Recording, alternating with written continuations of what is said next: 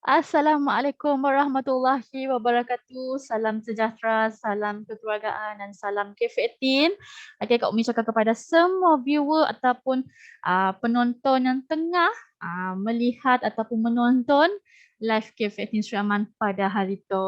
Okey, jadi Kak Umi ucapkan terima kasih sebab selalu follow rapat, sentiasa ikuti apa perkembangan daripada K15 Sri Aman sekiralah di Facebook mahupun di Instagram, mahupun di YouTube. Untuk pengetahuan semua, Cafe Tin Sri Aman kini tu ada YouTube. Jangan lupa untuk buka je YouTube, search Cafe Tin Sri Aman, confirm akan ada. Di sini kita ada video-video. Okay, yang mana YouTube tu kita baru je lancarkan. Okay, baru je lancarkan. InsyaAllah kita akan muat naiklah pelbagai info ataupun pelbagai input ke dalam YouTube kita. Okey, jadi dah cukup pengenalan kita pada hari itu. Okey, jadi hari itu Komi nak bertanya khabar dengan semua viewer kita gitu. Apa khabar semua? Sihat kasih? Okey. Jadi Komi harap semuanya sihat-sihat selalu dan dipermudahkan segala urusan kita orang, sekira apa-apa pun urusan. Okey. Jadi sebelumnya Kak Umi nak berkongsilah dengan kita orang itu. Jadi apa yang Kak Umi nak kongsikan adalah berkenaan dengan apa tips untuk menangani stres, okey? Jadi jangan stres-stres kepada adik-adik yang nak menduduki SPM, mungkin tengah exam kah kini tu, exam untuk sekolah, jangan stres-stres. Jadi Kak Umi akan kongsikan tentang apa tips ataupun macam ni kita orang nak menangani stres kita orang. Okey, jom hari tu kita bermain dengan 10B. Apa 10B Kak Umi? Jadi jom Kak Umi kongsikan apa 10B untuk menangani stres. Okey, jadi stres tu nya mungkin menjadi petanda awal, petanda awal kepada masalah kesihatan mental atau boleh membawa kepada keadaan tersebutlah.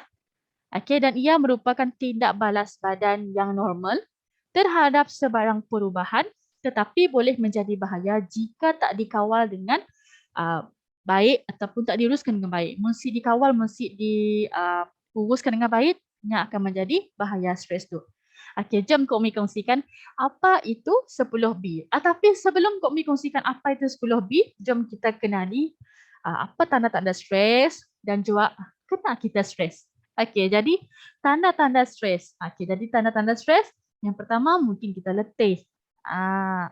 Letih, lepas dia sakit kepala, lepas dia cepat marah, gelisah, susah nak tidur. Kemudian perubahan selera makan, okay, dan juga tingkah laku yang agresif lah. Dia adalah tanda-tanda stres. Jadi sebab apa kita orang stres? Mungkin kita tangga daripada dari segi diri sendiri, harapan terlalu tinggi kepada diri sendiri terhadap individu seseorang yang berharap agar dirinya untuk dapat mencapai sesuatu yang lebih lagi. Ia adalah yang terlalu stres lah. Contohnya bila kita nak SPM tu, adik-adik nak SPM, sentiasa kita dipush untuk sentiasa untuk mendapat keputusan yang sangat baik, keputusan yang cemerlang. Jadi kita tu masih berfikir dapat si aku untuk mencapaikan keputusan yang cemerlang tu. Jadinya akan menjadi stres. Tapi jangan stres-stres. Kak Umi akan kongsikan apa tips untuk mengenai stres hari tu. Okey. Okey, jadi selain daripada ya ada konflik lah dengan rakan-rakan, konflik dalam keluarga, ia adalah antara kenapa anda stres. Okey, jom Kak Umi kongsikan apa 10B untuk menangani stres. Okey, jadi 10B tu yang Kak Umi dapat daripada Kementerian Kesihatan lah, yang Kak Umi dapat daripada Kementerian Kesihatan. Yang pertama sekali, B yang pertama adalah bersyukur. Sentiasa bersyukur dengan apa yang kita ada. Jangan kita nak bandingkan kita dengan seseorang. Jangan bandingkan.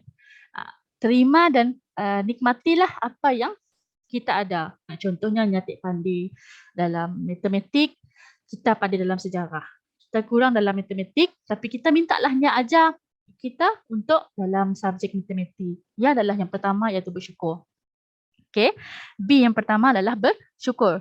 Okey, B yang kedua adalah bernafas dengan teratur. Bukan bernafas tapi bernafas dengan teratur.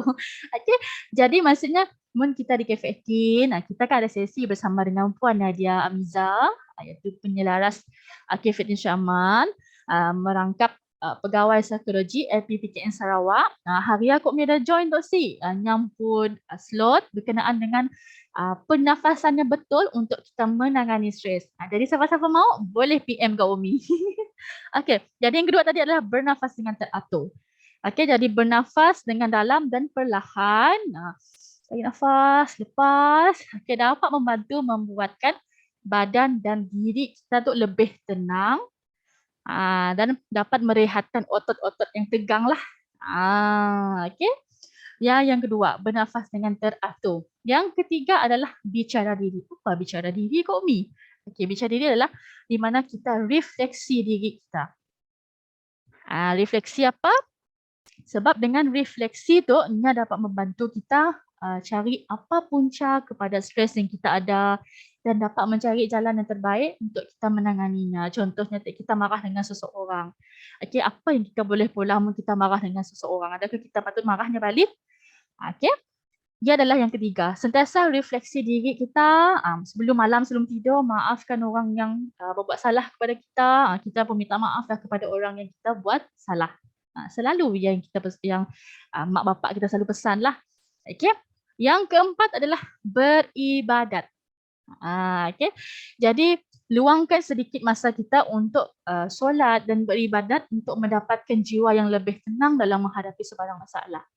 Okey, contohnya kalau kita sebagai seorang umat Islam, kita diperintahkan untuk menjalankan solat 5 waktu.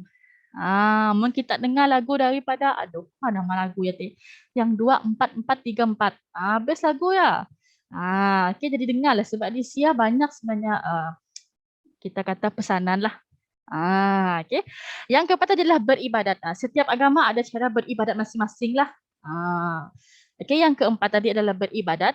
Yang kelima adalah berkongsi perasaan. Macam ni nak berkongsi perasaan kau Umi? Okey. Jadi macam kita kadang-kadang kita berkongsi masalah pun bila kita berkongsi masalah dah banyak membantu kita lah. Contohnya jangan pendam. Ada masalah kita luahkan kepada orang yang kita percaya. Contohnya kita di Cafe 18, kita ada pegawai psikologi tadi iaitu Puan Nadia Amiza. Kita orang boleh kontaknya untuk kita orang luah apa masalah yang kita ada. Okey, si dapat bertemu depan-depan secara muka face to face, kita boleh ada tele-counselling. Jadi kita boleh melakukan curhat kata orang secara maya, maksudnya melalui tele-counselling yang mana kita call lah. Tapi apa-apa perkongsian ataupun apa-apa permasalahan curhat kita orang, hanya kita dengan Puan Nadia aja tahu. Kami sebagai Kak Umi sebagai teleeducator pun saya tahu apa yang kita luahkan kepada Kak Nadia, Puan Nadia Amiza tadi. Okay. Jadi yang kelima tadi adalah berkongsi perasaan. Contohnya kita selesa untuk berkongsi perasaan dengan mak ayah, kongsi. Okey, jangan pendam, takutnya akan jadi sesuatu yang si baiklah untuk badan kita. Contohnya kita ada kawan yang kita rasa kita selesa untuk luahkan, kita luahkan. Okey. Yang keenam adalah berehat daripada rutin. Yang itu adalah rutin harian yang setiap pagi kita lakukan adalah menjadi punca tekanan yang kita hadapilah. Okay. Ambil masa untuk berehat dan bercuti untuk dapatkan fikiran yang lebih tenang. Ambil masa untuk bercuti. Contohnya bila kita dah PKP gila, dah boleh rentas daerah tu, banyak pergi ke Kuching, pergi ke pantai. Nah, okay, ia adalah salah satu cara untuk kita melepaskan tekanan kita lah. Okay. Contohnya kita boleh pergi kafe, kita lepak di kafe, kita jamming kah, kita buat aktiviti kah, kita buat indoor game kah, banyak lagi kita boleh pula di kafe tu. Okay. Jadi tadi adalah merupakan keenam. Yang ketujuh adalah berurut. Macam ni tu kau main berurut. Berurut apa? Okay. Berurut maksudnya kita bila kita stres kan otot kita yang tegang. Okey. Jadi bila kita berurutnya boleh membantu untuk merehatkan otot yang tegang dan memberikan rasa tenang. Maksudnya mun rasa kepak gila badan, urut macam ni. Urut. Sakit kepala urut macam ni. Okey. Okey, yang 7 tadi adalah berurut. Okey, dah 7 dah Kak Umi terangkan. Ada lagi 3 nak. 7, 7, 3. Okey, betul. Okey, yang ke-8 dan ke-9 adalah beriadah dan bersenam. Yang tu kita selalu padah lah. Mun kau stres, pergilah bersenam ataupun beriadah, lepak ke ataupun piknik ke. Kan orang selalu padah macam ni. Okay, jadi yang ke-8 dan ke-9 adalah beriadah dan bersenam.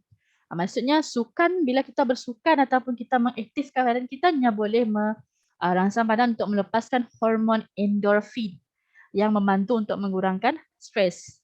Contohnya bila kita dah bekerja, bila kita dah belajar, terlalu duduk, kita perlukan satu masa untuk kita sini kita kata exercise badan kita.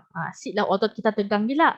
Jadi apa kita boleh lakukan? Mungkin kita boleh main bola sepak ke, ataupun kita main badminton ataupun jogging. Okay, banyak lagi aktiviti sukan yang kita boleh lakukan. Boleh lakukan secara bersama dengan rakan. Okay, dia adalah yang ke-8 dan ke-9 yang mana beriadah dan bersenam. Yang terakhir adalah amat penting sekali. Yang mana yang terakhir adalah berfikiran positif.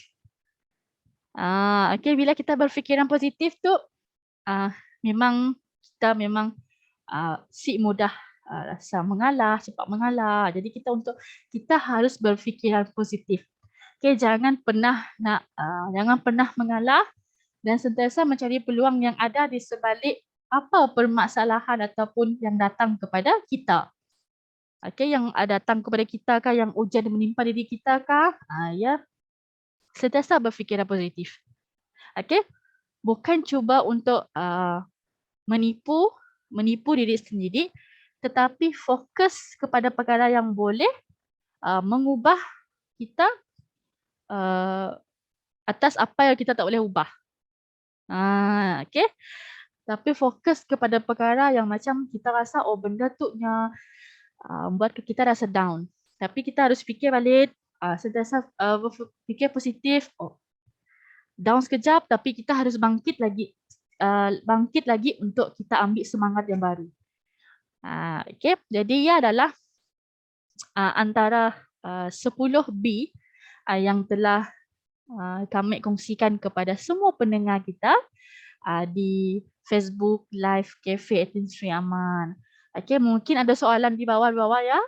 Abang Wan dah tolong jawabkan untuk kita orang. Ada apa-apa persoalan, boleh terus DM kita di Facebook. Okay, ataupun ada siapa-siapa yang ada personal number, boleh kontak lah Kak Umi ataupun Abang Wan.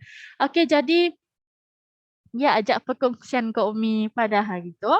Okay, jangan lupa untuk like page Cafe 18 Sri Aman di Facebook, Instagram dan juga YouTube.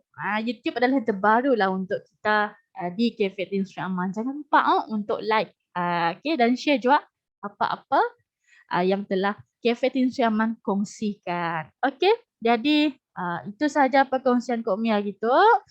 Okay. Terima kasih di atas kesudian para penonton untuk setia mendengar perkongsian Kak Umi pada hari itu. Okey, jadi itu saja perkongsian Kak Umi. Okey, itu saja. Bye. Assalamualaikum warahmatullahi wabarakatuh. Stay safe semua. Bye.